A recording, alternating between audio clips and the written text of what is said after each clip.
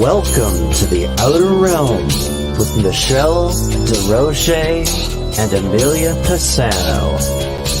Airing live on the United Public Radio Network, 105.3 FM in New Orleans.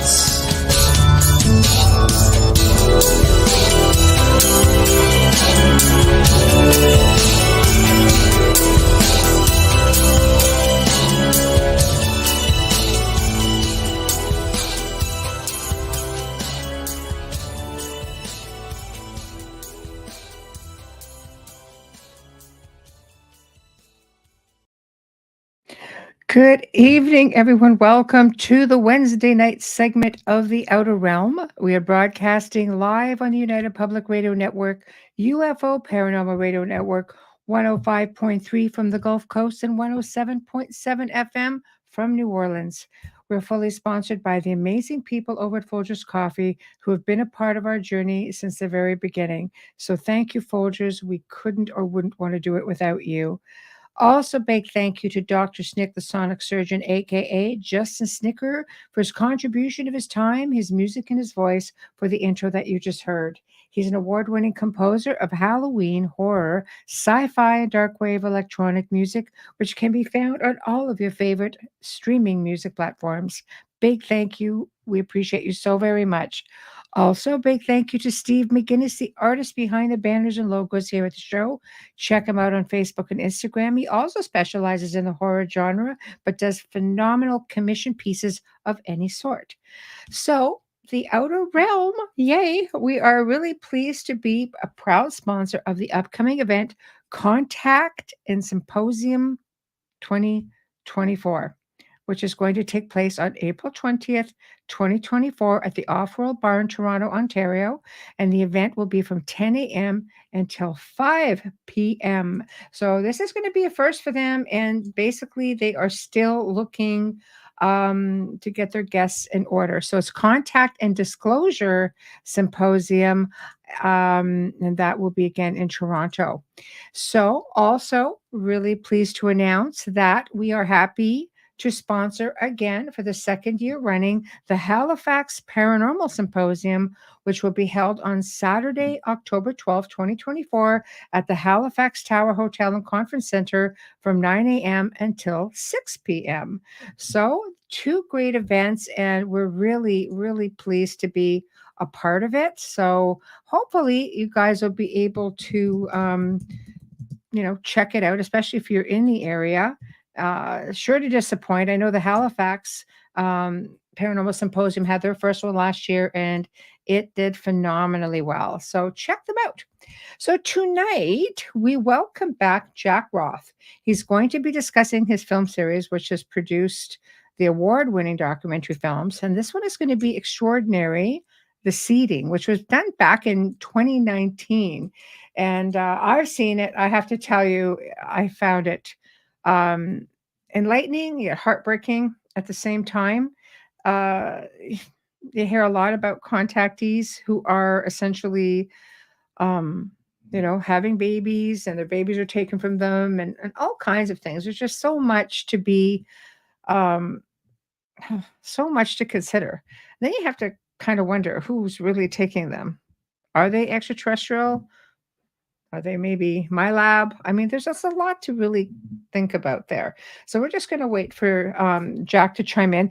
And for those of you guys who want to just read the whole, the description of the show, you can go on the Outer Realm page. You can go on UFO, Paranormal United Public Radio page.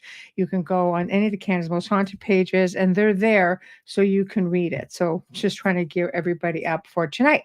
So Amelia's under the weather tonight, so boo, she's not here, and I know she really wanted to be here.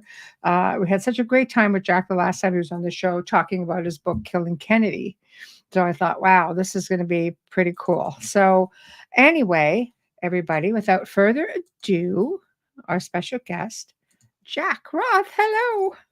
Hey, how are you? Can you hear me? I can hear you. How are you? I'm doing great. Thanks for having me back.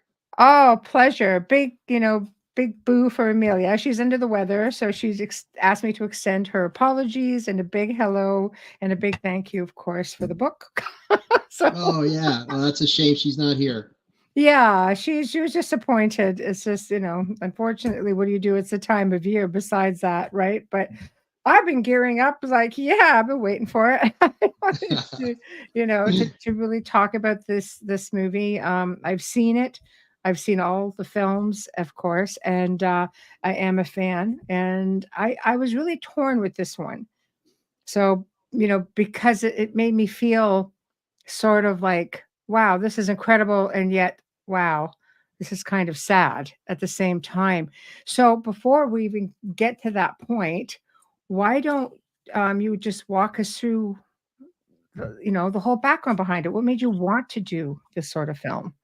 Sure. Well, we had done the first film, and it did very well, and that's when we got distribution for that. Right, And we really wanted to tell this complete story, and we felt like we could do it in a trilogy, and that's when we decided to do the Extraordinary trilogy. right, And so the first one we did on a lower budget. It still was incredible, but it was really just one man's story. right. But what happened was, as we were doing that documentary, we started to talk to all of these people, many of them women, who started to tell us about these unexplained pregnancies. Mm, And it led us to believe that, okay, this is the second part of this story, right, because you could talk about lights in the sky, you can talk about being abducted and being on an alien craft, right, but then what's happening while you're up there? And this is where the seeding, that's what this film focuses on. right. And it's not just, we talked about unexplained pregnancies, but really what we learned was that people were being abducted, and sometimes it was the same, they would see lights in the sky, and it was this process, and then all of a sudden they would have maybe had missing time, where they felt something had happened at night while they were sleeping, Mm, or they saw things, and some of it might have been repressed memories, so right, they didn't realize it for years. right. And so what would happen is, I'll start with the typical scenario, the Of course. typical event, where you had men and women, but let's take a female. Right, And we were hearing these stories about when they did, if they did regression therapy, or these memories came back to them, that they were taken by ET, brought up to a craft. Now we know going back to the 60s, early 60s, Betty and Barney Hill, they were abducted, yes, they were taken into a craft. They remember things in regression about being taken. And Betty Hill remembered talking to these ETs and trying to communicate with them, and they showed her the star map and all this. Fascinating. But what we didn't know, we didn't, that in that case, we didn't hear about what this was. And now what it is they're abducted and they do experiments, right? But what kind of experiments are they doing? mm, And that people might remember, they might recall big needles, they might remember yeah, being paralyzed, they might remember uh, skin and saliva and blood samples being taken. So it's obviously they're it's a medical experiment of some kind. right. And so and what women learn and feel is that they were at some point during that process impregnated, Mm, not in the traditional sense, but in a very high level technology, uh, what we would call hybridization program. right. So they're putting some level of their DNA, some portion of their DNA, mixing it with whatever, put impregnating, and what they would do is this. There were males that were obviously that been abducted as well, and from the males they would take sperm and other things, Right, right. and DNA, and they would do what they do in their very advanced way, and then they would basically impregnate a woman, a female, and the Right. female would then be back on Earth. Mhm. So then what would happen is over the course of the next couple of months, they would feel different. They would, sometimes they knew they were pregnant. Mhm. And in a lot of cases, it was the kind of thing where it was impossible. And, we spoke to several women who don't sleep with men. Right. So they couldn't have been. How? Right. Right. So it's not like, Yeah. whoops, I forgot about that. Okay. But this was like, there was no way they could have gotten pregnant, yet they were pregnant. Right. Some went to doctors, and the doctors would do the tests and say, okay, you're pregnant. They do blood work or whatever. Mhm. And, your early stages pregnancy was, I Right. would say, the first trimester. And then what would happen is at a certain point in time, still fairly early on, there would be an incubation period. Then they would be abducted again, and during that abduction, Mhm. the fetus would be taken out of them. Mhm. So the next morning they'd wake up with strange memories, or no memories, but feeling really weird and Mhm. very strange, physically drained, blood on their pillows, blood on the bed, like weird, right? Something happened to them. Right. Yet now they know they're not pregnant anymore. And a lot of them went to doctors, and the doctor's like, you're not pregnant anymore. And with doctors, though, they think, well, when you have a miscarriage, then Mhm. your body absorbs the fetus. So of Right. course, for doctors, that's what they go with. Right. But these women know what happened to them. Right. And so then what winds up happening is, so now the fetus is back on these ships, okay? And they are continue to be incubated out of the woman's body, and they come to term. And at some point, usually later on, it could be a couple years later, 5 years later, they're abducted again. And during this abduction, they meet their hybrid children. Right.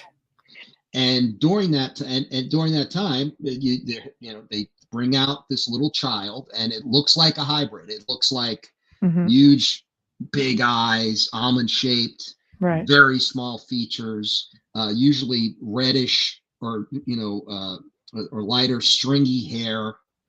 Obviously a hybrid. Right. And these children are incredibly intelligent, and they want the women, who are in essence their mothers, Right. to mother them a little, hug them, stay with them, play with them. Right. They're not allowed to stay with them because the women are then taken back to Earth, Right. in bed or wherever it is. So Right. then now, who knows what's happening to these hybrids? Right. So this is the basic, I say basic story because some are a little different than others. Right. Right. But these were the stories we kept hearing. So we thought it would be a natural progression to do Extraordinary 1. After we did that, then do Extraordinary the Seeding, and focus on, okay, people are seeing these things in the sky. People are being abducted. Things are happening. There's stuff on their clothing. They have missing time. What are these false pregnancies? What's going on here? Are there hybridization programs? Does the military know about them? Right. So then that's when we get into all interviewing whoever we interview, et cetera, to try to determine and document more than anything, to educate people what's happening on these craft. It was very interesting to me because you often hear about women, because they're the ones who are pregnant. But I liked that you actually spoke to men as well. And people don't realize, like, it's just as traumatizing for them. Listening to a couple of the interviews, my heart went out to them. I was just like, oh my gosh, you don't think about it. It's a violation for them as well. Most certainly. Yeah. Not exactly in the same physical way, Of but course. anyone who's abducted, first of all, is abducted against their will, unless they get to the point where they're like, well, I decided when I came into this life Yeah, that yes. I was okay with being abducted. So Right. they actually agreed to that somehow. Right. I don't know how that works, Yeah, so but some kind of an agreement in place somewhere. agreement or something. But Yes. let's assume, let's just take it from this lifetime and say Okay. you're being abducted against your will, because Right. quite frankly, it's terrifying to people. For sure. Only after years and years of coming to terms with it are people like, yeah, yeah, it's good. I'm a starseed, Right. right? Right. Okay, but it took you years of going through trauma and post traumatic stress to get to that point. And that's what we were trying. This was by far the most emotional film we did. It was Wow. the most personal film we did.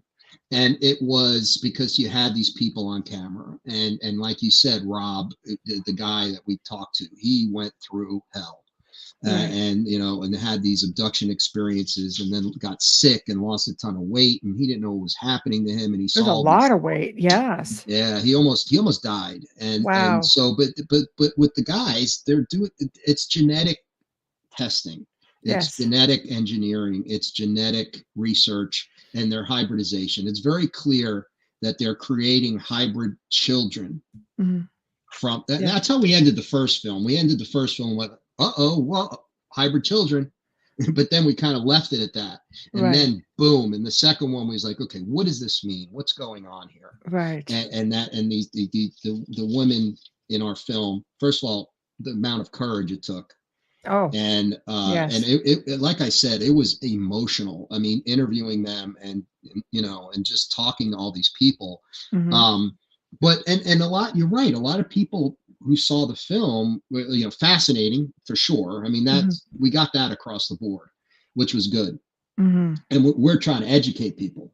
And I said, it was people, it was dark, these were not good experiences. I Mhm. said, well, these were people are telling us, like, like, again, if we talk to somebody years later, and there were people who were like, well, you come to terms with it, right? Right. And you realize that you have these children, Right. more than one, by the way. And that's Right. another part of this, is not just, usually it's not just one child. It could be dozens. I mean, certainly more than one. Right. And it has to do with either, some people say blood type. I think DNA. I think it's got to go further than blood It's type. I gotta be think a lineage of sorts as well. it has to be. It has Yes. to be, because it has to, these scientists, these ET scientists, and they're so far advanced than we are. Now, I Mhm. mean, when you think about it though, what are we doing here? We've created hybrids, It's a true. goat or a sheep or something we Oh, created. our feeble attempts. Yeah. Our feeble attempts, but now you read Right. about, like, they're going to bring back the woolly mammoth, and this is a Yes. real Yes. thing. We will have woolly mammoths back on Earth. We might have the Tasmanian tiger back on Earth, the Right. dodo bird back on Earth. Right. And when you think about, and that's our tech, that's our, as far as advanced as Right. we are. Think about civilizations that are 1,000 or 10,000 or 100,000 years more advanced. Sure. So they're, Sure. and But they then still need us. they need us. And Yeah. they need us because there's several, and we could talk about this, very interesting, it's a great part of I say this. let's do it for sure. Yeah. Why do they need us? And Good then, so question. is it, first of all, why are they doing it? Right. And so then the question is their race dying? Mhm. Are they trying to create a superior race? Mhm. Are we hybrids already? I offer And that. well, I mean, think about it. That whole missing link thing. I mean, how did we, or do we have ET? I don't like to say it because I'm a Right. documentarian. I'm trying, I don't want to Right. say, but honestly, after everything that I've researched and experienced, I Mhm. think that our DNA has been messed with for thousands of years, Right. and starting, 100,000 years ago. Right. And so that's how we evolved. I And believe so that. we already have some of these traits. So, but the question is, so, and this is the thing that I love talking about. And I want to talk to you about what you think, because this is where it gets really cool. Okay. They, for whatever reason, and here's the kicker. Here's the other factor. It's more than one ET race. most likely that's doing the hybrid experiments. I So there, completely agree with you on that. and there could be different, therefore more than one agenda. Yes. One agenda could be we need to save our race. So we're doing hybridization experiments. And this is, I say this real quick. I don't want to hog the, but No, this no, is no, no. This important. is you Yeah. know how we are on the show. This is about you. So talk away. Bovine DNA is bovine hemoglobin, cow's hemoglobin, is very close to human hemoglobin in the way it's structured. Yes. Why are cattle being mutilated all these years? People always wondered, why are they taking the sex organs and like the weirdest parts of the cow?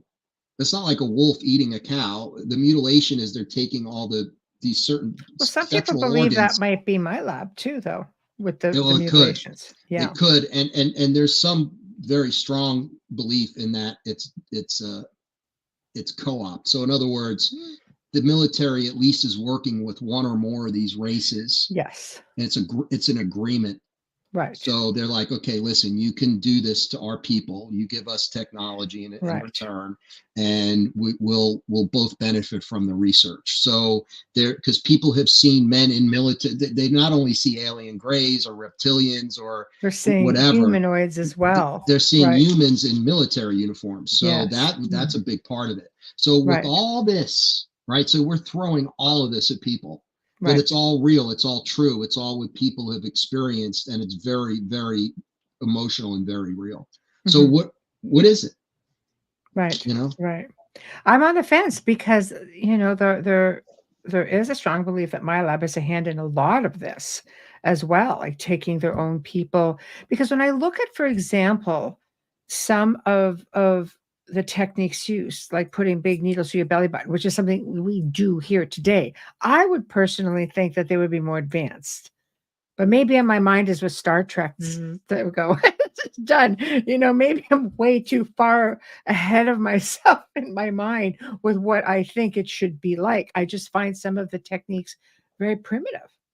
So that's how I'm thinking, okay, could it be them? Could it be, like you say, a blend? I don't know. But I know that it's something very real that's happening because people are traumatized. And yet some people, which brings me just to one question that Dolly actually had when we go back for a quick minute, just before we get too far ahead. I thought this was a great question. How many of these people considered this not to be an abduction? Like going back to this agreement, did you interview anyone that went, yeah, we made an agreement. I agreed to this. This isn't an abduction for me. I agreed to this. Or is this something that came after where they realized, no, because it's intrusive. Did you find anybody who was pretty nonchalant about this?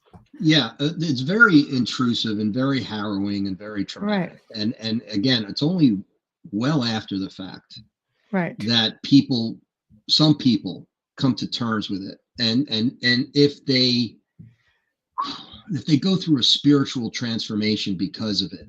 Right. And they maybe get regressed a couple of times, and maybe they learn or they become more aware of the fact that this was meant to happen. That before I reincarnated into this body, I agreed this was an agreement. Just like soul groups agree to do certain things or try to do certain things in a lifetime, which I believe is true. And so, but the question becomes, okay, if that's fine. But normally when it's first happening, they have no clue, so their people are just mortified. Right. They think they're losing their minds. It's got to be the worst thing, one of the worst things in the world to experience when you're going through it. Right. A two-part question. How many of these women had medical proof? Like with respect to, seeing a doctor. And then I can give you a little short story after that one, after the question. Yeah. So a lot of times it's because it all takes place usually within the first trimester. So for example, was like, woke up, knew I was pregnant. And then if they went to the doctor and were pregnant, but then by the time, that's why the doctors are always like, well, you had a miscarriage. and there were all the Right. signs of a kind of a miscarriage, and you absorb the fetus, which your body does. Right. And I don't blame doctors for saying this, because does happen. And how are they going to know any different? You're going to throw something really far out there. It's Right. like, Yeah, exactly. what? Right. So all they're Right. seeing are is what's the aftermath, if you will, Right. of, okay, you're not pregnant anymore, and there's okay, it looks like, yeah, Right. it didn't work out for you. Right. And some doctors, though, because we talked to some women who were like, well, the doctor was in the doctor's office was like, that's not normal. What happened to you? Something happened to you. What happened to you? And the doctor would be like, what happened to you? Because what I'm seeing here makes no sense whatsoever. But you'll never get a doctor, Right. to a working physician, Right. right, who's still a physician to Right. come Right. on camera and say that. So, I mean, Right. certainly doctors like Dr. Lear, who's taking implants out of people's bodies, and that's what he does. But this is something that your gynecologist isn't going to come on camera and talk about it. Right. I work with many, last 20 years, I've worked with a lot of different families and areas of high strangeness and paranormal, and at least half of them had extraterrestrial contact as well. In one case, obviously, I can't say who, but I know she won't mind me saying this much because she does want people to be educated. But she spent most of her adult life thinking she could not get pregnant, and she adopted a child. And the doctor basically looked at her upon examination and said, "You've had many children." She's like, "What?" He goes, "No." He goes, "You have all the scar tissue. Like, you have everything here. Like, you have definitely had children." And she's, of course, a contactee as well. So I think there are some signs, for sure.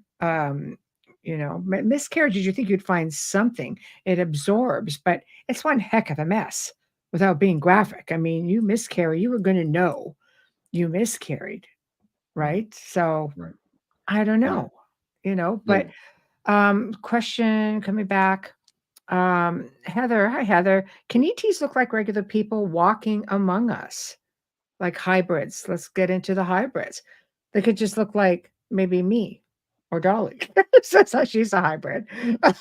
So Yeah. Sometimes think Heather's a hybrid. yeah. Hi, Heather. Yeah. So, listen, and I notice here what she's saying too is a really great point, and that's something we wanted to do in this film, is get rid of the stigma. You know what I mean? We wanted people to watch this and know they weren't alone. Right. And we actually have numbers and contact info at the end of the film for support groups, for just this type of thing, Right. for regression therapy, for so people can reach out to these people who do this work. Right. And they dedicate their lives to doing this work and helping people, to help people. Right. So Right. if you go to a support group, like any support group, it's going to make you feel better because you're not alone anymore. And then you have someone to talk about, right. talk to. Because that's the hard one. You're not going to find too many support groups that are going to bring that in. And this is in reference to this comment from Heather that says, just for the audio listeners, there would probably be a lot more people talking about abductions if they felt as though they weren't the only one that it happened to. And I do agree. Dolly says, "I have 4 hybrid children. I'm 100% aware and agreed to have them in real time." And she does have proof. So I guess it comes back to one of those things where some people are aware and say, yes, I know I had a family member who basically started off with twins, had one child, and was sort of like there was no proof left of where the second child was after ultrasounds and everything else. But we know in the family that it's a bloodline thing, and there are, we are contactees and experiencers. I mean, even saying abductee isn't something that we really use a whole lot, because I do believe that we agree to do this to a certain point. It just sucks that we're not really allowed to remember it and why they like to mess with us that way. So Right. There are a lot of nuances to that. And when Yeah. we did find that it is multi-generational, Right. and that Yes. it's not, you know, my mother, my grandmother, they had these Yes. strange experiences. So it has to do with the DNA. Right. And also found that a lot of these women had military contact. Like, so in other words, they were either in the military, or their fathers were in the military, or their grandfathers and grandmothers were in the military. We Dolly. kept finding this out all the Yeah. time, all the time. And so Right. that begs the question, well, is it that you're being served up on a silver platter because you're in the military, and the military has agreements, so they're within their own, they can Right. control it and say, okay, private so and so or sergeant so and so, she has the right DNA. You know, and Right. maybe that's not by accident either. Right. Right. So Yeah, there's I would think militaries would be more apt to make agreements more so than, let's say, governments per se. I imagine some of them are aware of it, because I mean, let's face it, everybody's disclosing except for one. well, it's exactly right. It's definitely above black, right? It's dark black projects. I mean, Yes. that only need to know, and only certain people know. Presidents do not know. Right. On the You know, need to know basis, and they don't need to know, and they do essentially. not need to know. So, Right. and it's like, these are the treaties we have, these are the arrangements we have. Right. And I think there's more than one. So I think that when I would ask people that their experience is very real to the way they experienced it. But if Right. another person's experience is different, please keep in mind that it could be a different alien race doing this to them. It could be Right. my lab experiences are always negative. That's from what we've heard. They're never good. So, it's True. because it's the US, it's these, Well, this is why I ask about like some of the primitive technology. Dolly, whose father was military, who was ex-military, knew hybrids exist, and they hunted them down. Yeah, Dolly, I love what you're saying. And I have a theory. And because I want to get back to it. This also ties into what Heather asked about, can they be walking around? Okay. Yes. There is a book that I'm going to recommend. That's not my book. It's called Rachel's Eyes. Read it. Get it? Read it. Because I'm going to write it down right here. Rachel's Eyes. And here's why.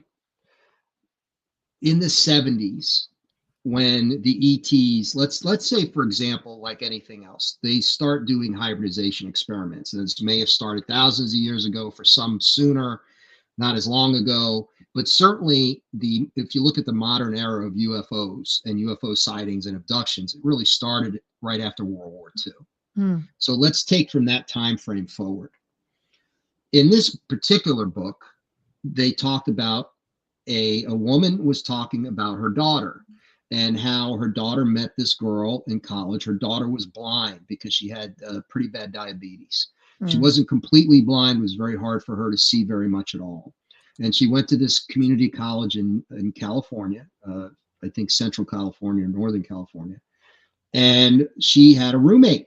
And she got, this roommate was, whatever, given to her, right? Because she was looking for a roommate. And her name was Rachel. So, of course, she could never really see Rachel.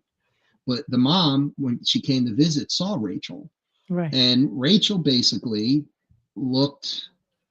did not quite look human. So, in other words, there was something obviously not 100% human about her. She had huge eyes.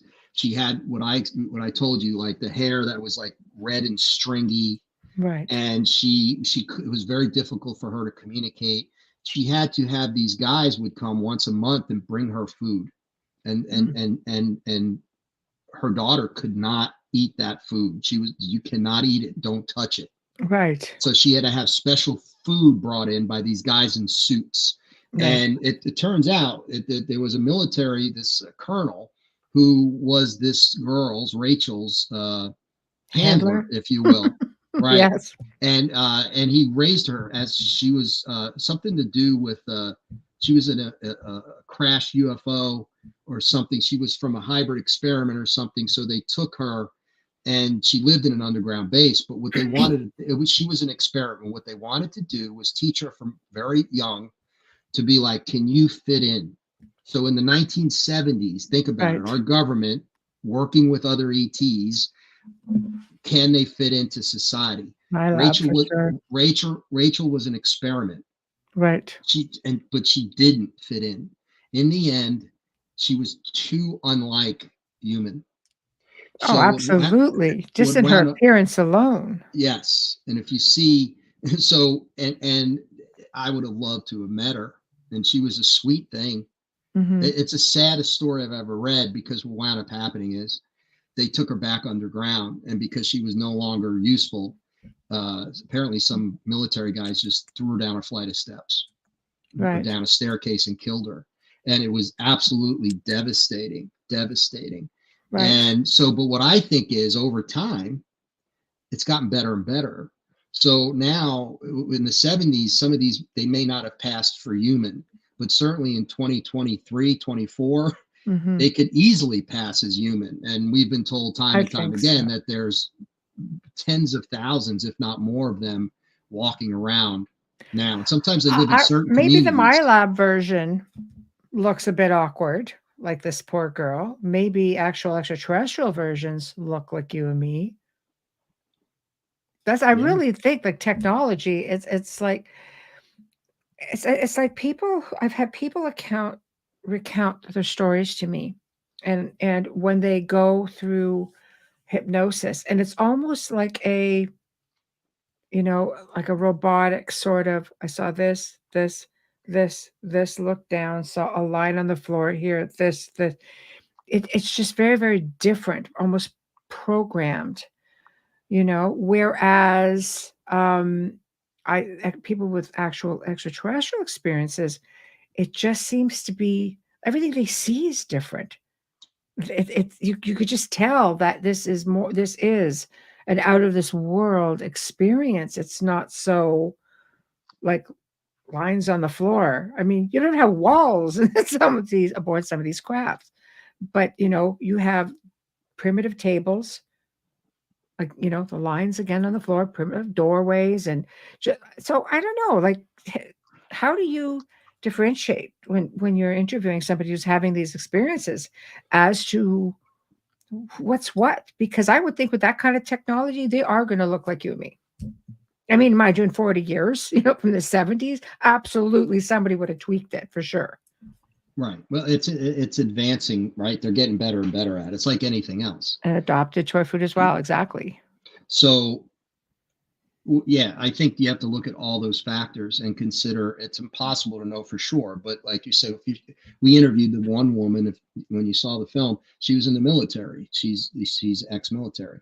Right. Retired military, and her story was incredible to me, because she was in the military and she knows it was military. She knew, she was like, listen, I was fed to the lions here, and it was so emotional for her. But again, you have to consider that it's not just MyLab, it's not just the Greys. There's other ET races that have programs. And some reptilians are a big one, and the reptilian one we know is nefarious. And we heard, and this was something I don't want to believe, but we interviewed Dr. Jacobs, and I believe that was for the third film. But there were people that have done so much, years and years of research on this, and some people think it's all about colonization, that they're trying to basically replace us. And because the climate's changing and all that other stuff, they're going to replace us with a superior race of beings, smarter, that more adaptable to what's about to happen to the planet, and huge the intelligence levels through the roof, more intelligent than we are. But did this not happen? If we think back to the ancient Sumerian kings and the Anunnaki, there's that missing link where, there's like Neanderthal, and then there's like, bam, here we are. Right. Do you think maybe it's that sort of an idea? Like there's this big transition somewhere we're just going to jump over. Yeah, we hear about it for so long. It's like, oh, I want it to happen already. Not if it's a really bad thing, but like, it's hard to say. Is it good for us? Is this part of the next step in our evolution? Do these hybrids allow us to become galactic citizens finally, and for there to be full 100% disclosure, or are they're going to replace us? And I'm not saying either one is true or not true. I don't know. There's no way to know.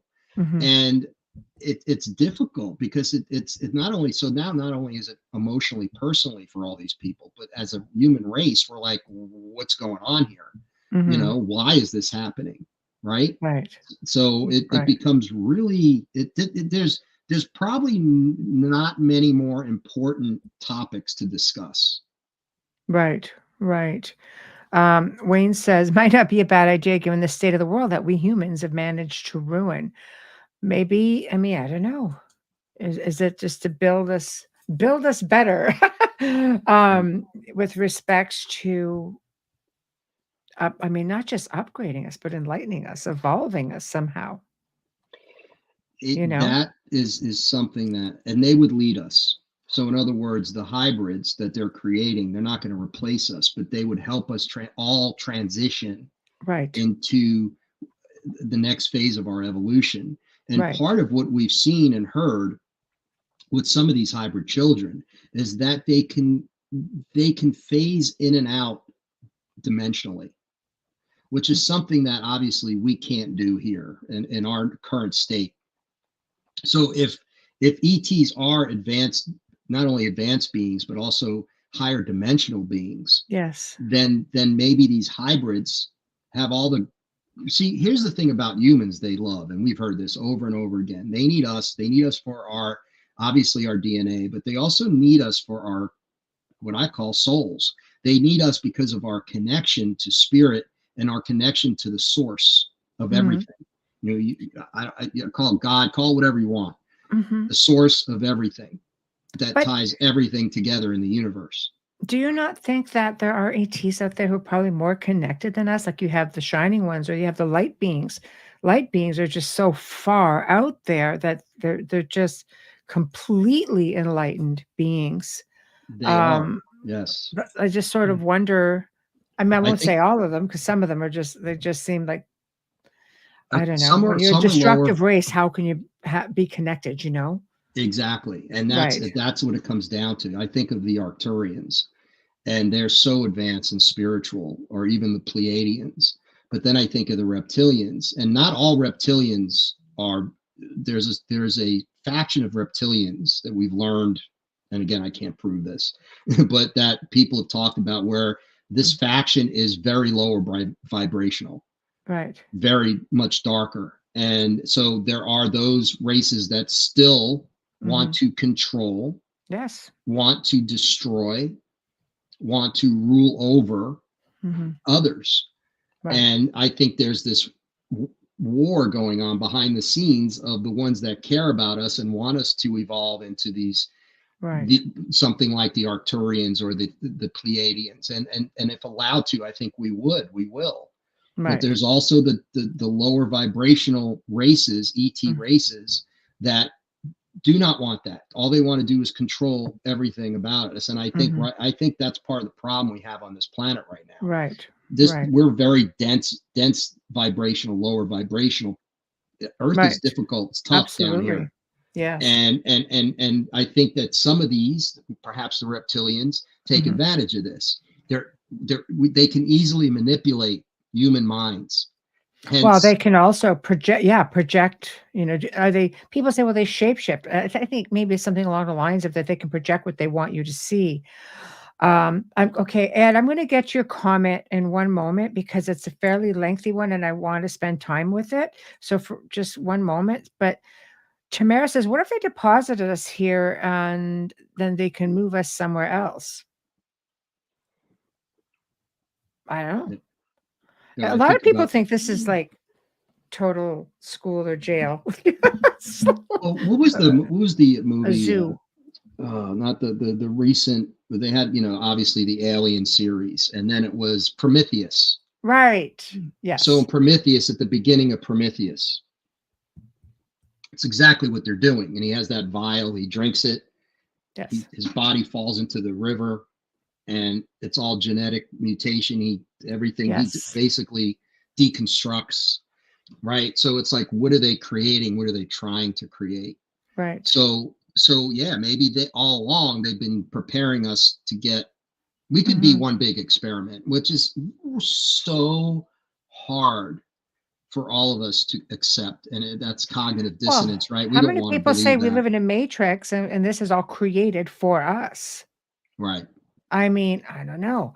Okay, Ed. Now I'm going to back up a minute because Ed had made some comments earlier. He was talking about a show, Baby Lab, Ecto Lab in Japan, starting 2025, growing babies. Okay, I just wanted to get that before we come into this one. It's a big one. Okay, so to back up what y'all are talking about, they have created a lab in Japan that is to rectify the defects in our genetics, grow babies from a time of 9 months.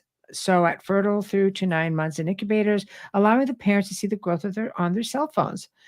Japan's always like ahead of the game with some of their little techie stuff like that. They can choose the genetics of the babies, eyes, ears, height, weight, and can zero out defects in the genetics. So then he continues on. Yeah, so he agrees with you. So I don't know. What are your thoughts on that? You want me to put it back up for you there? That's a great comment, and that's what I'm saying. We already have the technology and the wherewithal to do these things. So think about what they're doing behind the scenes. And what I mean by that is not out in the public, that we don't know about this lab, right? Or we know about this lab, or we Mhm. know about I was just looking online. It's a company. It's this huge, it's a research organization, all Mhm. PhDs, and they're going to bring back the mammoth. And this is Right. what they're doing. And it's beautiful because they're saying that the mammoth actually will help global warming.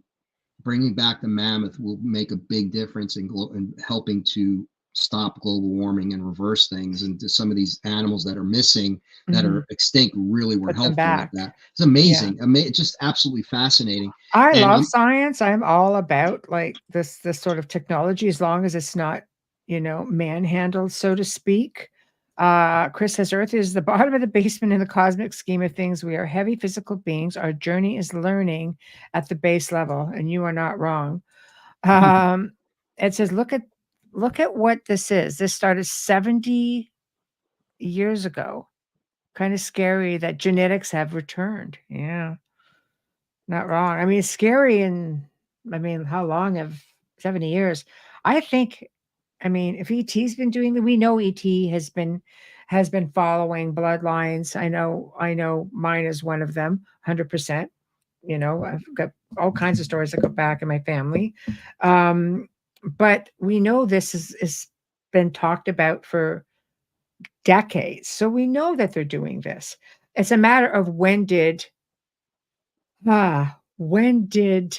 my lab step in? I'm thinking more along the lines since the war, since, engineering, knowing what the Nazis have been doing, bringing over their scientists, things like that. It's not necessarily back engineering. Maybe it is just technology taken from the Nazi regime back in the day. I think that's very possibly a thing.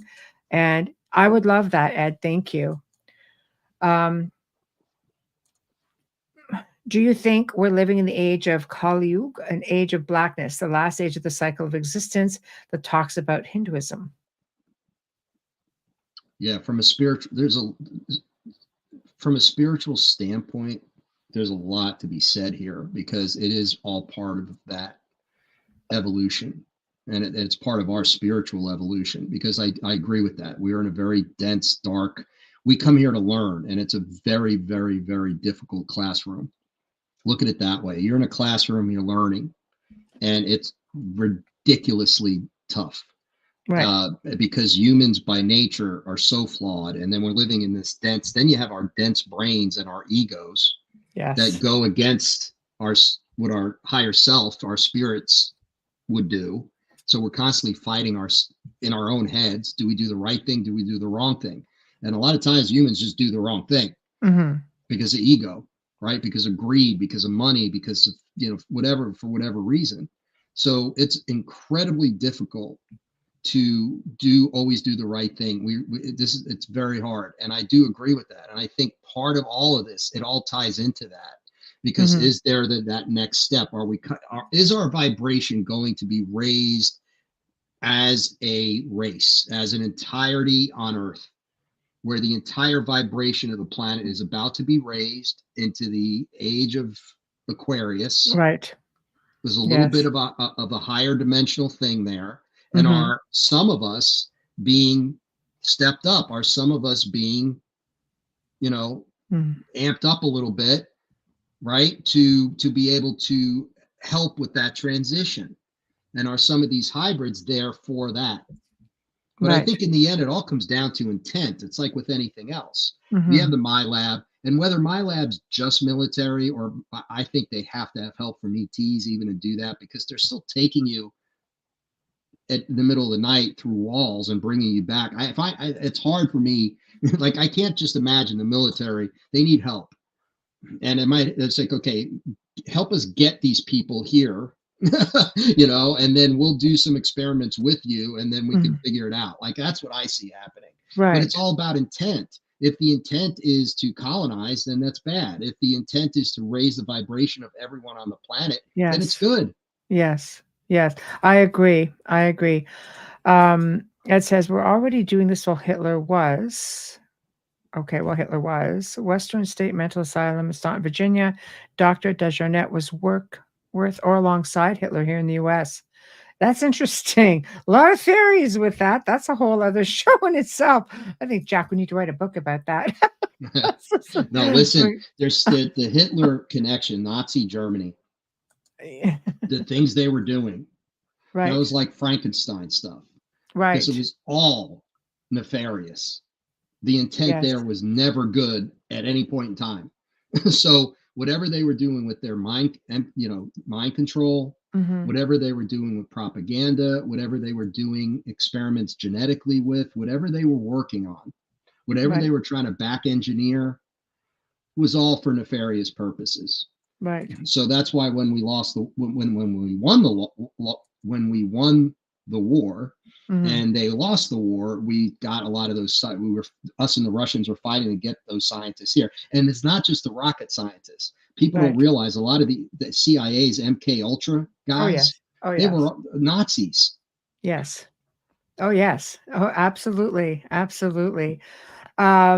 Yeah, we had someone on the show talk about that. It's very interesting, everything that she had went through.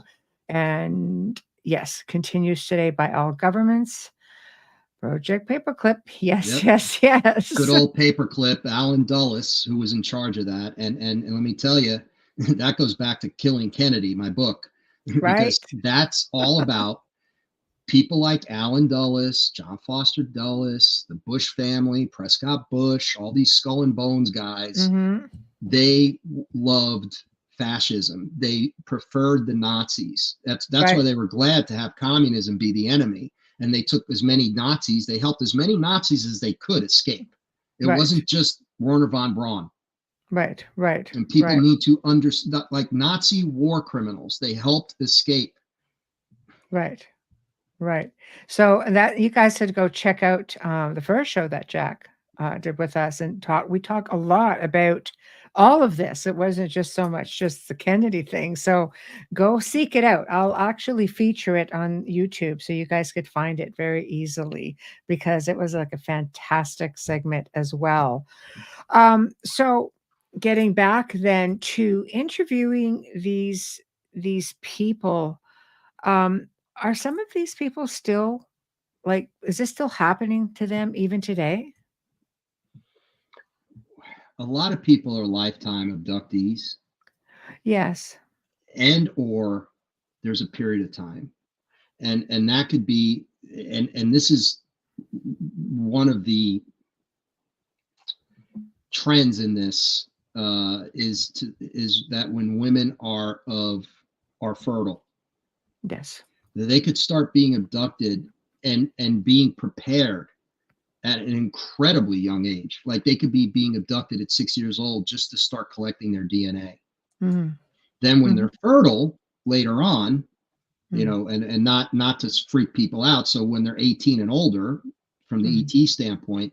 Then all of a sudden these false pregnancies start, and then they continue, and then eventually they're visiting their kids, and their kids are 10 years old, 12 years old, 15 years old, and then it stops.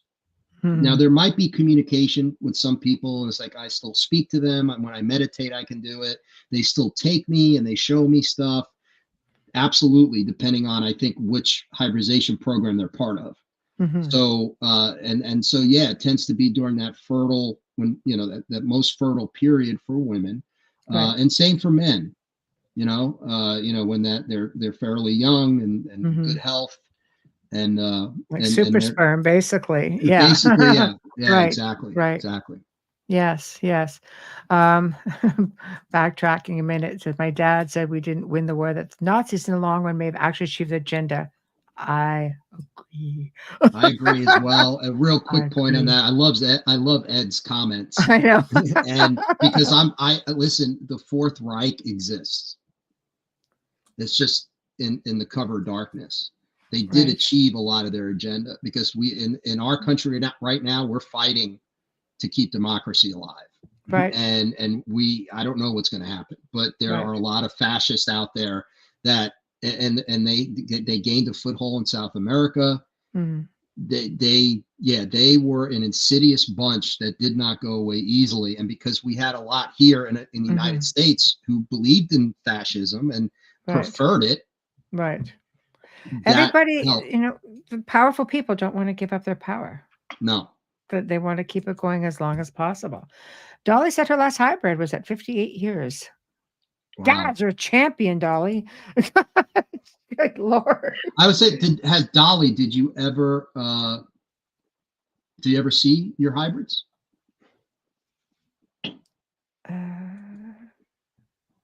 Yeah, all over the world. Yeah. Dolly, do you ever see your hybrids? I know, Dolly. I already know the answer. Oh, you do already. Sorry. She says yes. Right. She says yes. Yes. So maybe you can explain, Dolly, just put it in a comment, how they're doing. What happens after a certain time when you stop? Do you stop seeing them, or what is in store for them? Where do they go on to do? Because there's a lot of people out there who never get past a certain point. Maybe because they're not aware, maybe because they don't want the relationship, or maybe they're just not allowed to know because their journey with this child is complete. So if you could jot that down, and we can put it up, that would be outstanding. Yeah. Ed, my father was. Go ahead. No, I just wanted to add to that and say, a lot of times when the moms are on these ships and they meet their hybrid children, their maternal instinct kicks right in. And there's such a strong sense of love and it's incredibly emotional, and they always cry. They're crying because they can't be with them forever. It's just a short period of time. And a lot of times, because these children are hybrid, they don't have the emotional capacity that we do. So they're more like, okay. Right. Not that they don't, it helps them apparently, but they're not as emotional about it. They're like, okay, right. Mom. They're very logical. Right. Like Spock. Yeah. Like Spock. So, totally. She goes, my first at 17 years is when she had him. He's a healer and medical. So, okay, could we back up? Are they medical healer on the ships, or are they here on good old planet Earth, or maybe another planet? At 24, he's an engineer. Okay. Oh, so they're earthbound. They're earthbound hybrids. Well, that's what I'm saying. I think more along the line, like you never know who you are, talking to. Maybe you're talking to a hybrid and you just don't know it. My third was at 54 years. She is still young. Very nice. Yeah, still young. So not career-based. So she would still be on the ships then, Dolly, or is she being raised by a regular family? Just curious to see, like, are they earthbound or are they off on a ship working? So, okay. And so get back to Ed. My father was Army Corps Intel officer. So I just want everyone to know I'm not just saying words. Well, I know you as well, Ed, and I know you just don't spew that stuff. Ed's nailing it. I can confirm he's nailing it. Yes. He helps on the gray homework and here. Homework or home world. World. Okay. Okay. And she is on planet Orion system. The Greys in the Orion system. Right. So, and that's the big thing. Because there's different types of hybrids, and that's the thing that always confused me, and I couldn't get much. Not that part wasn't completely clarified for me after we made this film, because I couldn't determine. There's hybrids that they go through the process I talked about. They stay on ship, and then they either go to their home planet or somewhere where they're not seen, and they continue to do their work, whatever that work might be. And then there's what you would call the earthbound hybrids, where people have children and you could just tell they're kind of hybrids. Right. And that brings in something that's another topic altogether. What does it mean to be autistic, or to have Asperger's, or to be is it all of a sudden now like this everyone, there's not an epidemic, but Right. they're different. They think differently. They're not lesser. They're for the most part, way smarter than people who aren't autistic. They just think more differently. Right. So this one woman wrote a whole book about it. Right. And is it the new human? Is this the new human we're talking about? And is this part of the hybridization? Right. Well, I tend to agree with respects to people with autism or even Downs. I truly believe that they are just brilliant. I have a niece with autism, and she's brilliant. Her mind works differently, but she gets it, and she's so gifted. She'll just sit there and look at me and say, what's this? Who's this person? Or, okay, who's growling right now? And I'm just like, growling? She goes, yes, I hear somebody growling. I was like, damn it. What got in the house? I don't know. But the thing is like she just picks up on littlest things, and with such pure intention. But she's brilliant. It's just, I think the brain just works so fast, and we're the ones that have a hard time keeping up. Yeah, I agree. I think we have to label everything, and we have to put everything in its right box. But in the end, Right. they're special, Right. and they should be treated as such. And it's only because we're not caught up to them that they're the ones who have to kind of be suffer and be annoyed in the world we live in. Right. They must be looking at us like, man, why don't they see it? Like, how come they can't think the way I think? Right. I don't know. Right. Listen, that we can't. I'm not saying that that's 100% the case. I just think that there's it's a theory. we need to look at. Right. Hello. I heard from someone in the past who worked at a restaurant and was a waiter and was freaked out because he saw people who didn't even know how to use cutlery. Maybe they were just in training. So socialize them on planet Earth. Ed says, my worries are that this new generation born without sympathy and empathy. Oh, maybe that's the point. Makes for better rulers. More pragmatic, practical. Very possible. Very possible. You get to that point where it's still happening all over the place. I mean, I can't tell you how many people I have worked with over the years who have had these exact concerns with contact, and who have said to me, "Oh no, I know I have been, on ship. I know I have had children," and they just it's like they're curious, but they seem so disconnected. Maybe it's different when they actually see them, but I imagine it is a huge sense of loss when that time comes where they just can no longer see them. It's almost cruel in a way, because it's like, no, it's done now. You've seen your child, but now your job here is done, and now they will, you're never going to see them again. Or if you're lucky, maybe you will catch a glimpse of them, or they'll visit as young adults. But when you read stories about that, again, it seems like the child, now the adult, or they're just disconnected from the human parent. They've Right. evolved past it. Right. Right. And again, because they're hybrid, it's not as emotional. But for the moms, for the human moms, it's incredibly difficult. Incredibly difficult. And you saw that come out in the film when we interviewed, when we asked them, I said, when you saw your child. And there was one, when she was shown her child in a cave. Right. They actually came down, brought her. It was in Missouri, outside Missouri in the Ozarks somewhere, and there was a cave, and they brought her daughter down, and Right. there's actually a illustration of that, Right. and she had this contact, and that, I'm not sure if that's so, I can't remember exactly, but one of them where the child was like, didn't want to be there.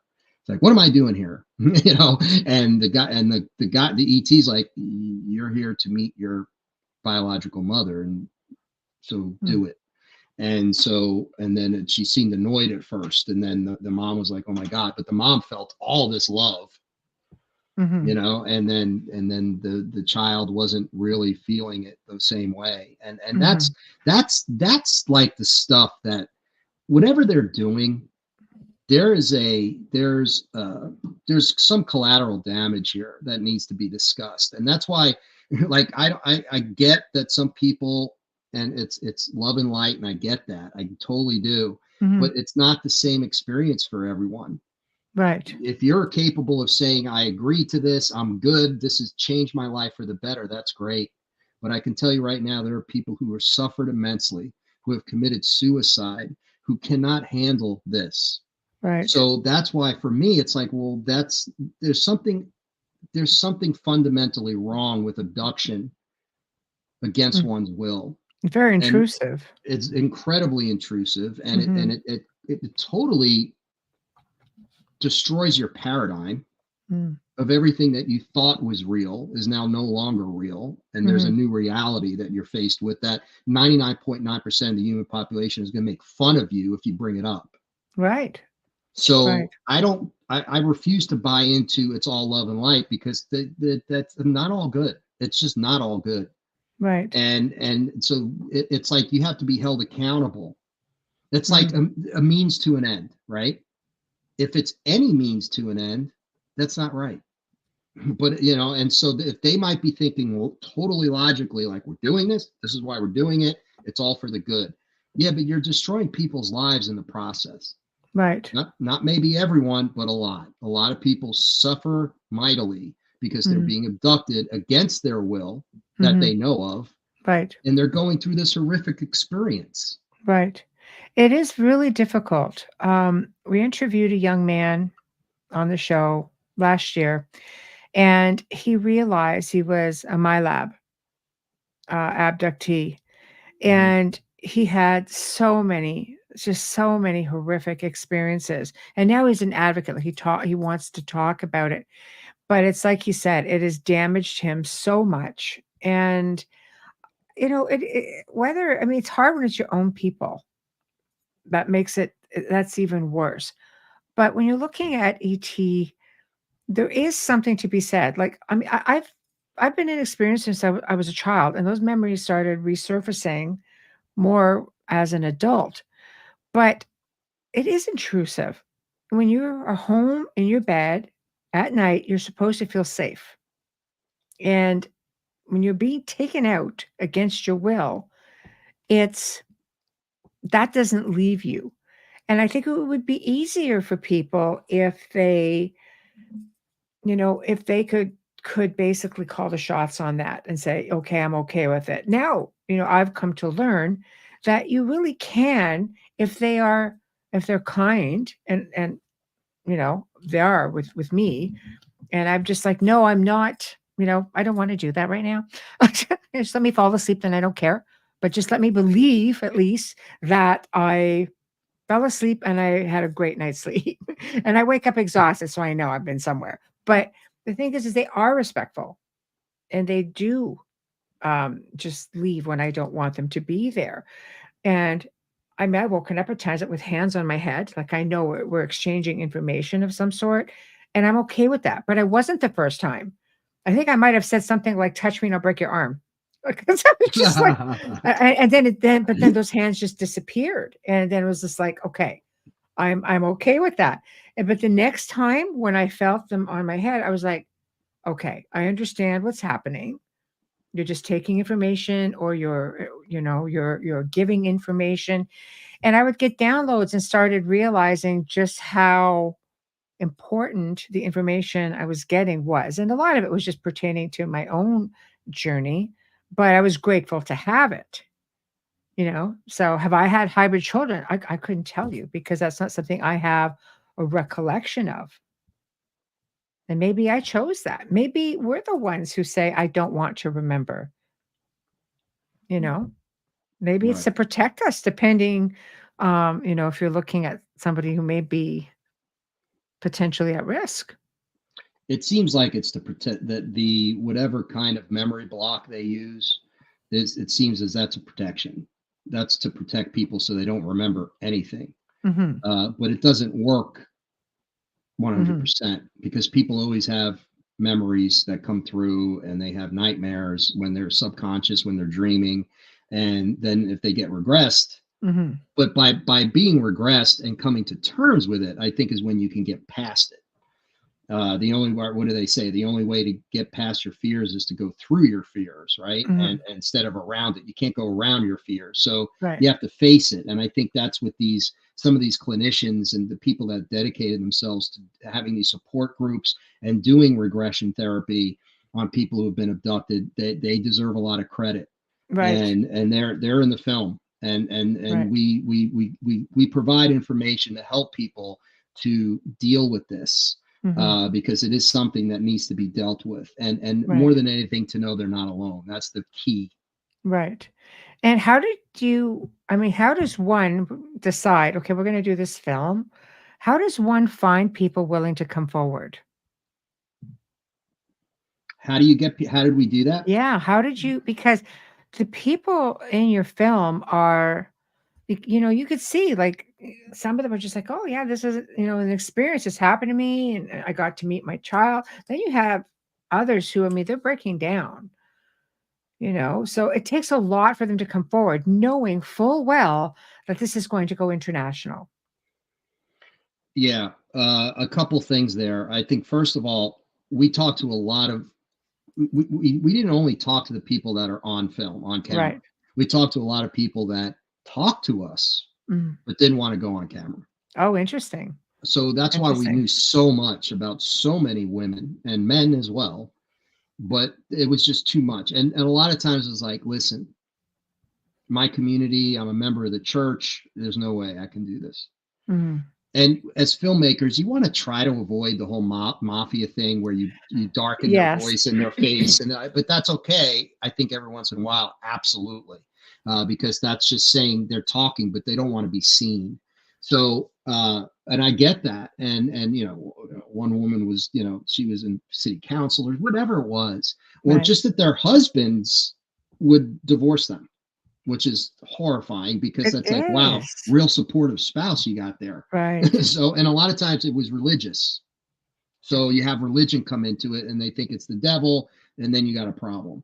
Hmm. And they're bringing exorcists over to your house. So you got to Right. be real people. I get it. We got that. But what we take pride in as filmmakers and as documentarians is that our reputation is that we are going to honor your story. We're not Hmm. going to make you look foolish. We're not going to, we're here for you to tell your story, and for us we're here to honor your story, and hopefully your story helps other people, and Hmm. and they know that it's going to help other people, and in the end what they see on the screen is, thank you for portraying me the way you did, because I don't look like a complete lunatic. Right. And it's like, we're not about that. That's not why we do what we do. And Hmm. it's very important. In fact, you have to, being face to face with someone who is either in the military or not in the military and is telling you these experiences, and Hmm. they're crying and they're breaking Yeah. down, that says a lot. Mm. And unless you experience that, a lot of us, it's hard because as humans we tend to be, if it doesn't happen to me, it doesn't exist. Right. If I don't see a ghost, ghosts don't exist. Right. If I don't Right. see a UFO, Right. UFOs don't exist. That's nonsense. That's closed-minded. Right. That's why we're still in the dark ages in many ways. I You know, agree. I agree with you on that. And I think we are in an age of this. I mean, like I say, most of the world's disclosing. Everybody pretty much has a camera phone. People are capturing all kinds of things. Things are going on. And I think it's good to be, to have a clear mind about the possibility that we're not alone. And we don't want to think about it's hard enough for some people, for example, to believe that, okay, yes, there are extraterrestrials here. Well, I mean, there's terrestrial beings that have been here long before us. There's proof of that with out of place artifacts and ancient sites and things are surfacing. There's so much underwater, that's just been swallowed up. I mean, God, we've got like at least two continents that we know where they are. We know the civilizations there. So there are a lot of different areas that show that ET has been here. And ancient cultures work with people from the stars, and you look at those from like the Hopi, for example. We're like, no, they're underground. There's the reptilian people have even helped. There's history of the people of Peru and Brazil where they were helped through cataclysmic events, helped by reptilians who took them underground and educated them and helped them to survive and evolve. And so there are phenomenal stories about this through ancient times. And for people of faith, they have to look at things like the Book of Enoch or Ezekiel's Wheel or Da Vinci himself, who went missing for 2 darn weeks, came back even more brilliant than he normally was. So, yeah. Something. He went to a cave. This happened in a cave. So did he go through a portal or did he come across an ancient civilization? We've talked to people who've been on the show who've claimed, that to have spoken to people who went on hikes, went into a mountain, and one just went through a portal and they've met blue avians. It's like there's so many ways. This planet is an incredible thing. It's an incredible place. It's a living thing. It There are is. portals everywhere. Who's to say? I mean, maybe we're the strangers here. How did we become so closed-minded as a race of people, as a human race? How did we become so horribly closed-minded? Not all of us, but think about it, generally Mm, speaking. There are right, very few parties I can talk to this with people about. Like I have to really know my audience before right. I talk about this. and Yes, in most mainstream circles, no way. it's true. And what's sad is that, again, you can go back into our ancient past and look at ancient people from all different parts of the world. They emulated what they saw. Look at petroglyphs, hieroglyphs. Just look at monuments, ancient monuments and structures, and the pyramids, and they would build over power spots. Like, I mean, there are stargates. You can see them carved in stone on the side of a mountain. Go to South America. There's all kinds of them. Like, the thing is like when you say when did it happen? I don't know. Did it happen during Roswell? Did it happen after, like in the 40s? Seems to be a really big turning point somewhere Yeah. in there. I think it's because we dropped the bomb. Yeah, That that caused a nuclear ripple effect it, dimensionally, it right? caused a ripple effect, and it really got their attention. Like, okay, they're about to destroy not only their own planet, but possibly have effects across the galaxy or universe or however that works. That Right, could have been interdimensionally. Could be wormholes that it affects, and it affects right, their travel routes. right, Like so they listen. Think about what happened after that, in the 40s and 50s and 60s during the Cold War, where all of these nuclear missile sites were being monitored by UFOs, and the missiles were being like they were affecting the missiles. So these UFOs would show up. They would mm, make the missiles inoperable, right, right. and Yes, as if to tell us, you're not going to destroy your planet. Earth is too important. So right, grow up. right, And I honestly, I'm a human being, but I'm the first one to say we need to grow up. right. I always say we don't play well in the sandbox with Oh, others. terrible. I mean, Michelle, honestly, you can do an entire show on how human nature ties in all this. We talked about that with Kennedy. Yes. Like who would do such a thing? Why are men, and I say men because with that it was all men. It's usually all men. And why are they so horrible? What is we've been treating each other horrifically Mm. since the beginning of mankind. Not wrong. And if you think about it, pre-religion per se, I mean, I think maybe Christian religion, but it's one of the newer religions. When you're getting into the ancient ones, a lot of them believed in the goddess. And women are just so much more, yes, shouldn't fear the divine feminine. Exactly. Yes. See, that's what it was. We're emotional, nurturing creatures, females.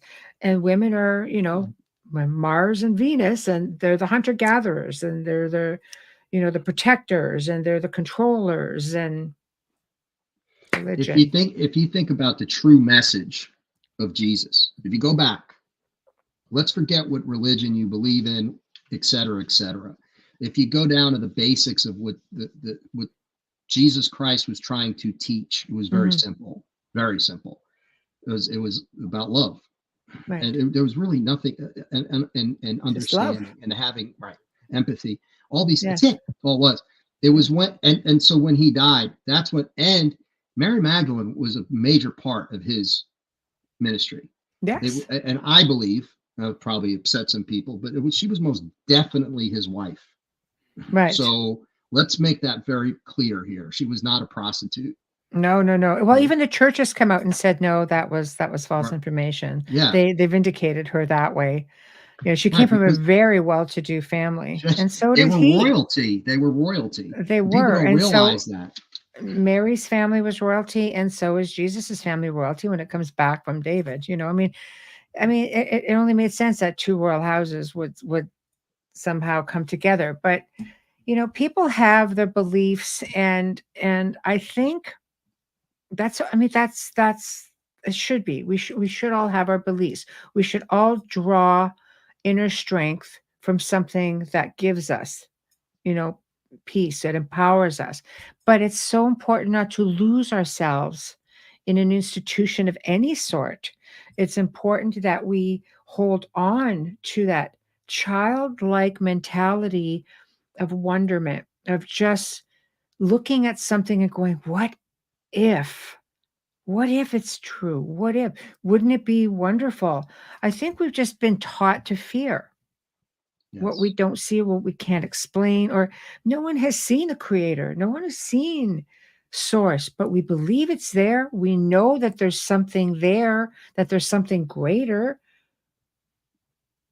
Source, The ancients were so much more connected to spirit and source than we are now. We're so disconnected, and that's why so many of us suffer from depression, anxiety, these other things, because we are disconnected. We're disconnected from each other. We're disconnected from source. We're disconnected from Mother Earth, right? Which is a living, breathing thing.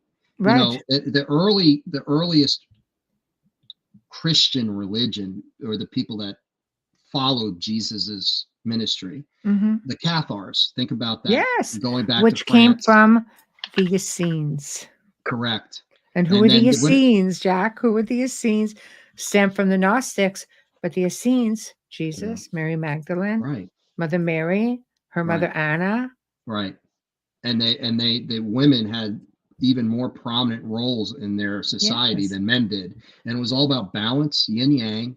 Divine feminine was incredibly important. Yes. And Earth was part of that. Mother Earth was part of that. Sophia. Right. And what did the Catholic Church do to the Cathars? They wiped them out. Yes. I mean, we're getting off. I don't mean to get off topic. I'm sorry. No, but it's true. It's true. I mean, we have to go back. I mean, it all stems from Gnosticism.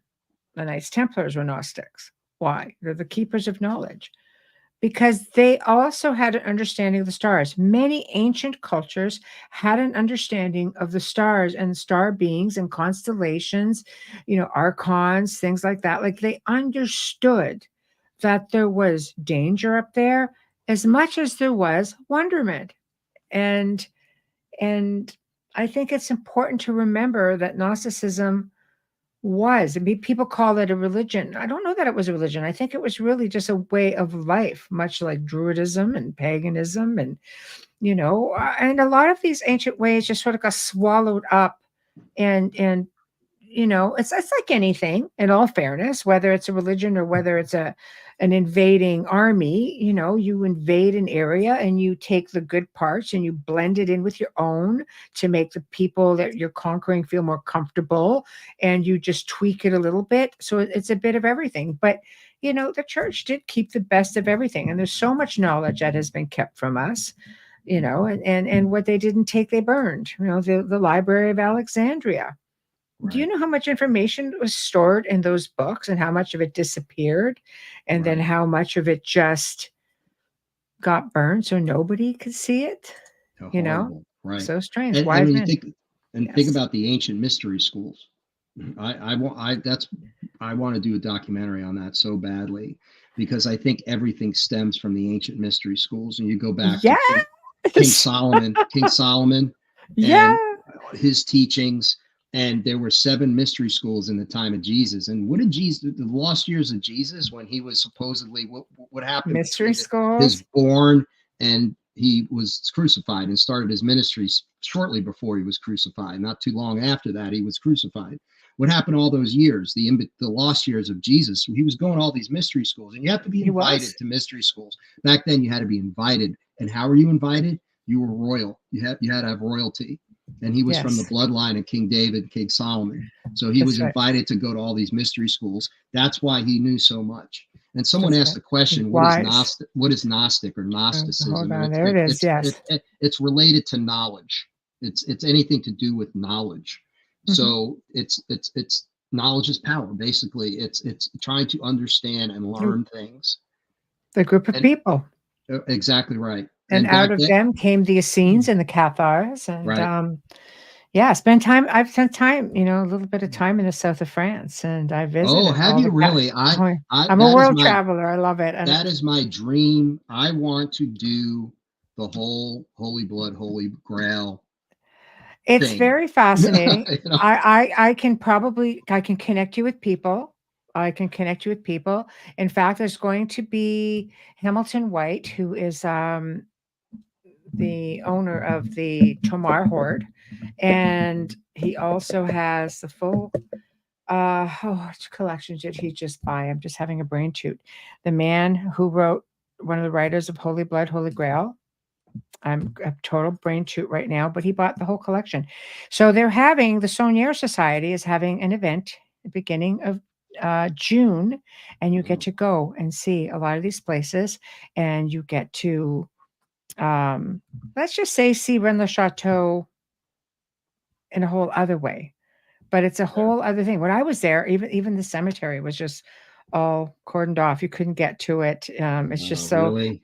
People have just caused damage, but it's an incredible place. You have to visit Carcassonne, the holy city, which is where 20,000 Cathars were murdered. It's a whole lot of its history. And the Monseigneur, of course, Bougarache. You want to go to a place with portals and aliens? Really? I have a friend who does tours there all summer long. We need to talk about that. And that's I love that you're so into that. I just feel like if you want to really understand what happened, I think right after those 200 years or so after Jesus died, and what happened, what was really going on. Why was Mary Magdalene so revered in that area, where most of the churches they worship her? Well, most of the churches were built by Templars, and Templars did worship her. So when you're looking at this woman, it was not the Holy Mother; it was Mary Magdalene. Yeah. So they built to her. So what are the mystery schools, Lady Spiderwitch would like to know? There's modern mystery schools, which I actually did some work at one, and I wanted to learn the basics, and I did, and it was a wonderful weekend, and it was a really great experience. And we'll get back to this, but remember this the power of ritual. Okay, so now I'm gonna go back and I'll come back to that. So ancient mystery schools taught ancient knowledge. So what was this ancient knowledge? Where did it come from? Mm-hmm. Right? If King Solomon was teaching it, and he was the wisest of all kings, King Solomon, and that's where the Templars went when they sacked Jerusalem. They took it from the Muslims. They went to the Temple Mount. That was King Solomon's temple. What did they find there? When we talk about things like sacred geometry and alchemy, Mm-hmm. these are It's some all about alchemy. It's all about alchemy. And what It people is. understand alchemy, It is. what it is they say, well, it's turning something into gold. Yes, but there's much more than that. It's an energetic thing. It's being able to understand things and be able to, I don't want to say manipulate, but to understand the elements, Mm-hmm.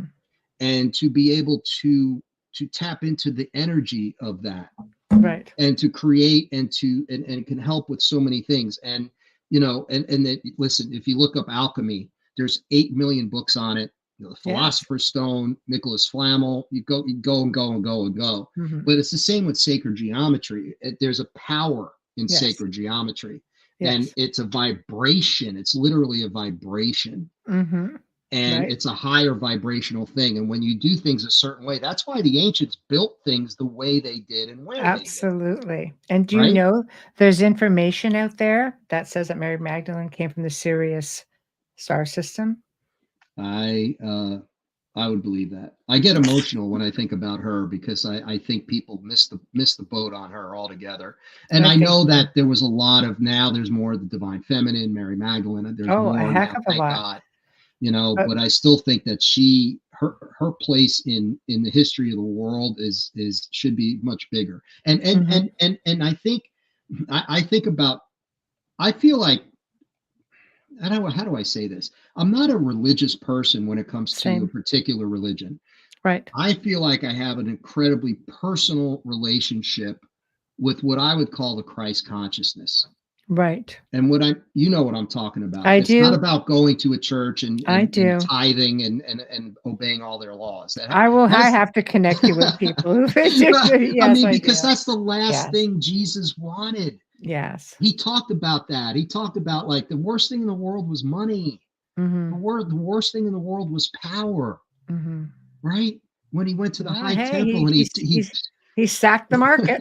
He sacked the market. Yeah. And let me tell you something. There were no single Jewish guys his age back then. You got married. and Mary there's a strong belief that the engagement party where he turned water to wine was his own, because back then it was customary back then. And don't shoot the messenger, people. I'm just saying what was customary for people back in that time, not necessarily him, but they wanted to make sure that the woman they were going to marry was fertile. So a lot of times she would be pregnant already, because they wanted to make sure that they could keep their bloodline going. So they wouldn't marry until, they knew at that point, so then they could celebrate. And I love ancient traditions. There's just so much to it all. And I just think people back then were more, I mean, the times are harsh throughout all of our history. Times were harsh. There was just a lot of war. There's just a lot of, like the plagues, and, times were just very, very difficult. There's always been warmongering throughout how many cultures. I believe the indigenous people all around the world are the most connected people. Mm-hmm. And with that being said, you have to pay attention to their oral history.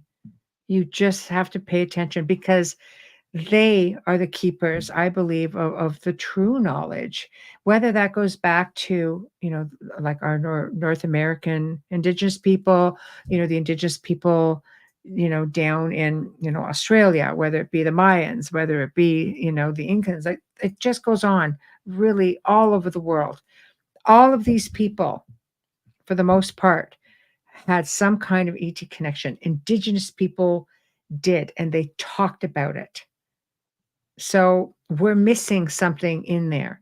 Mhm. We're missing something in there, and we need to try to find that back because I mean, I'll introduce you to a friend of mine who does tours down in the south of France, and he talks a lot about the Christ consciousness and goes to all of these power spots that Mary Magdalene would say, the cave of Bethlehem, where she would stay. This is where she spent the last years of her life, and up on these mountains where they go to, he sent me a photograph of a woman who was there just, looking at something on this power spot, and right behind her was a saucer, right in the middle of the day. Oh my We God. catch them all the time. I can, my friend Richard Stanley, he's a director of Island Dr. Moreau, the color of change. What is it? I can't remember the name of it. Sorry, Richard. I'm just having a brain toot. But he just tours down there as well. Right. And he's just, these are all people who are well connected. And I'll send you the name of a book, even that you may or may not have heard of, with respects to Rennes le Chateau, that you should read. It was Henry Lincoln that my friend Hamilton bought his whole collection Yes. after he passed. He's got that. But here is a book that Richard actually told me to get. It was called The Refuge of the Apocalypse, Doorway into Other Dimensions. Rennes le Chateau is the key, Elizabeth Van Buren. I can send that to you. I would Elizabeth Van Buren. That would be incredible. And listen, I know this is really might seem off topic, but it's not, because what we're talking about with the ETs is all part of this. Yes, it is. And I feel like when we talk about the ancient mystery schools and that knowledge, where's that come from? Well, when you're more connected, if you're more connected spiritually and you're more connected intergalactically, where are you getting your information from? What are you accessing? What did Leonardo da Vinci access? Seriously, I'll ask. Disappearing in for 2 weeks, and then he's like drawing submarines and tanks and airplanes. Like, what was he accessing? What knowledge, and where did it come from? Right. So, what are we talking about here? And how are the ETs? We don't know yet what our connection to ETs is. If we're already part of this galactic, we have that ET DNA, and we're just part of all of it. It's in our DNA. It's in our very essence. Whether or not, we don't know yet if we're going to become galactic citizens one day, because we don't know if we'll get our, together enough to be allowed into the galactic neighborhood, so to speak. But there, in everything we're talking about, there's an ET element to it. There's an ET presence there. And so when we talk now about hybridization, it's like, Michelle, you said, well, how long has this been going on? Yeah, we can talk about the modern era of UFOs because we know so much more about it. Photos and eyewitness testimony from the 40s forward. But what happened during the Christ time? Where was Mary Magdalene from? Why was Jesus? How can he do all these things? She was said to have been, if you can find some research, she was said to have been from the Sirius star system. There's even a book that claims that they came from what was called a dragon line. And people automatically sit there and say, dragons, oh, this is evil, it's Satan. No, it was actually knowledge.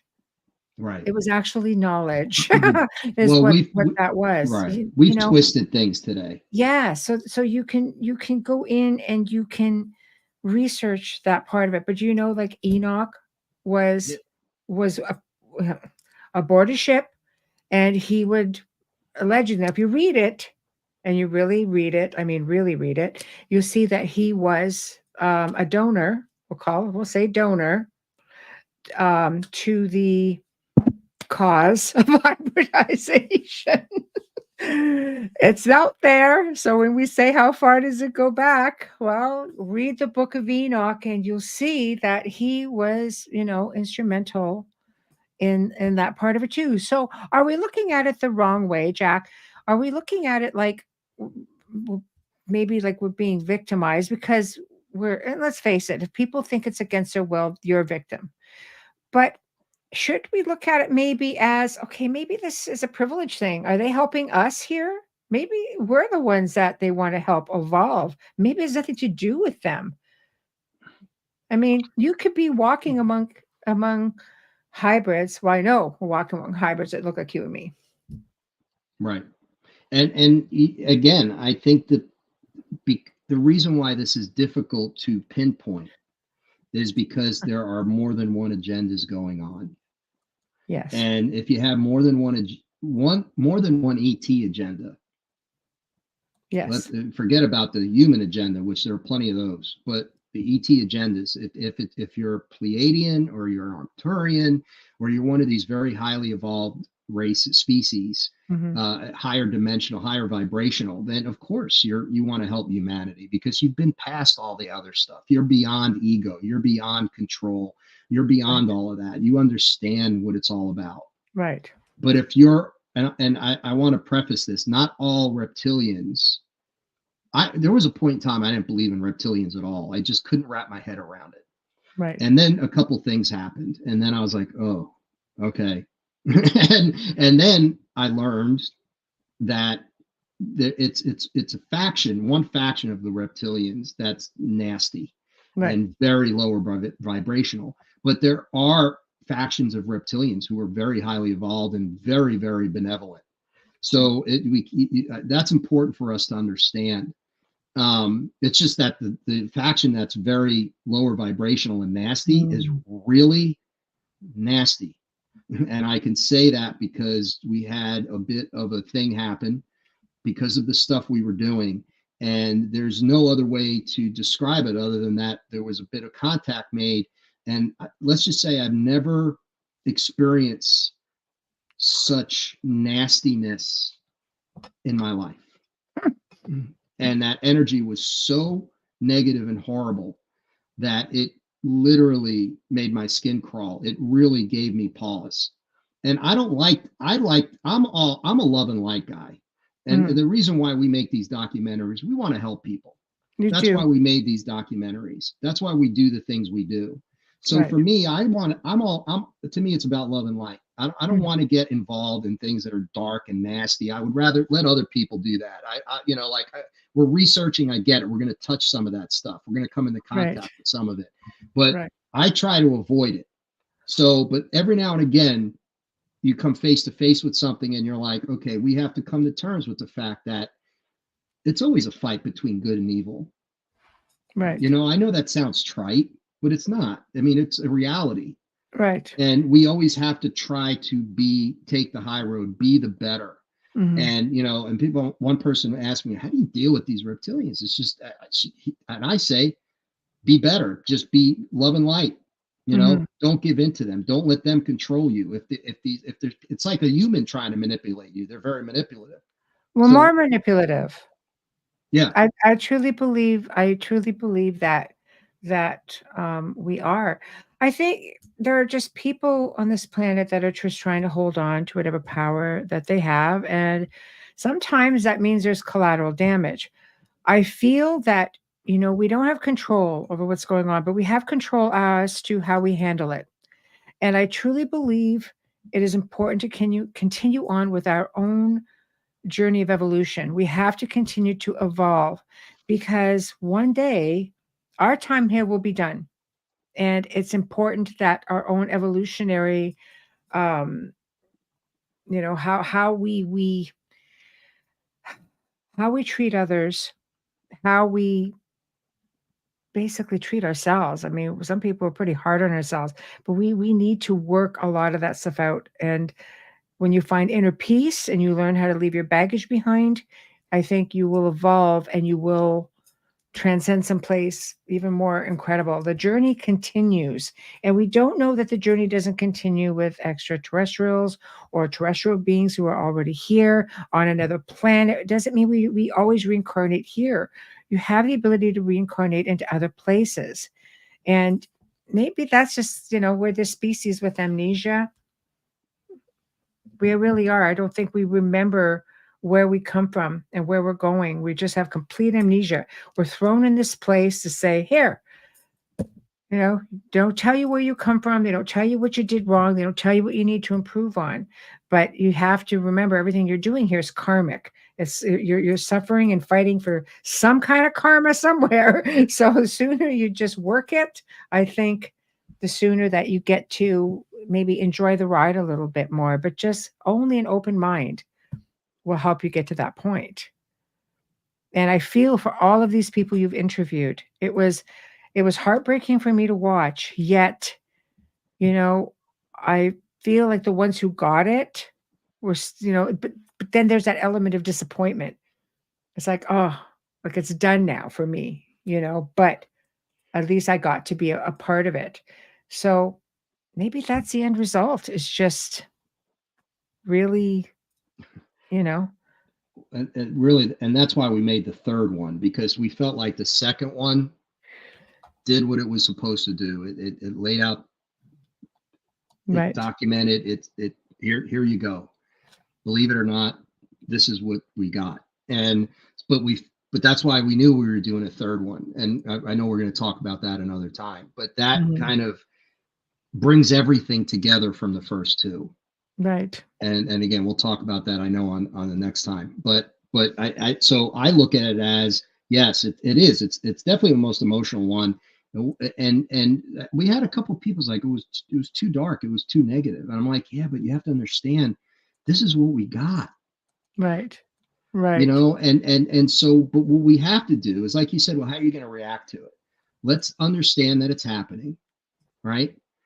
Right. And what we try to do is for the people who experience it to get that they're not alone. That was the positive note on that, you're not alone. So a lot of people who watch that were like, oh my God, I'm not alone.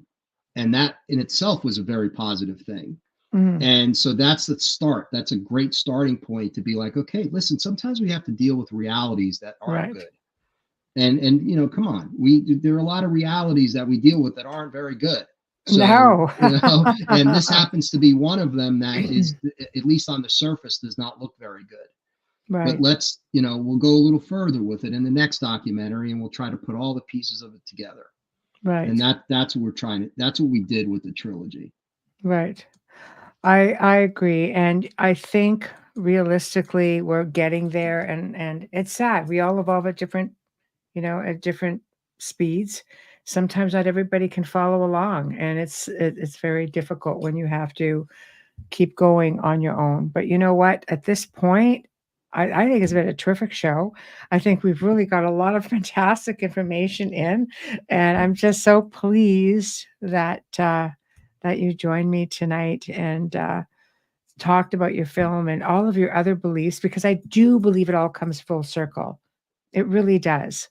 And we're going to be talking about the next show the next time you come on, and that's called I didn't even realize you did Ghost Soldiers of Gettysburg. Okay, there's another show. but we're going to be talking about the Revelations. So can you tell us real quick a little bit about that so we know what to expect? Sure. So, we go through the first two films and we get to that point of, this is happening. This is, people are being abducted. There are experiments going on. There seems to be this hybridization program or programs.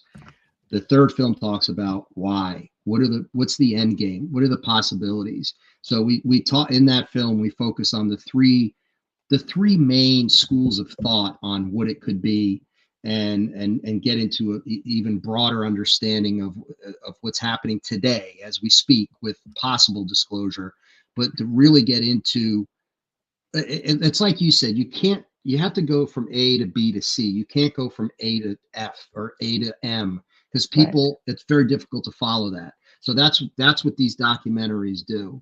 So we're just finishing at this point. We're putting it all together, and it was my favorite one, personally, because of the interviews we did and the information we obtained, and it really ties everything together.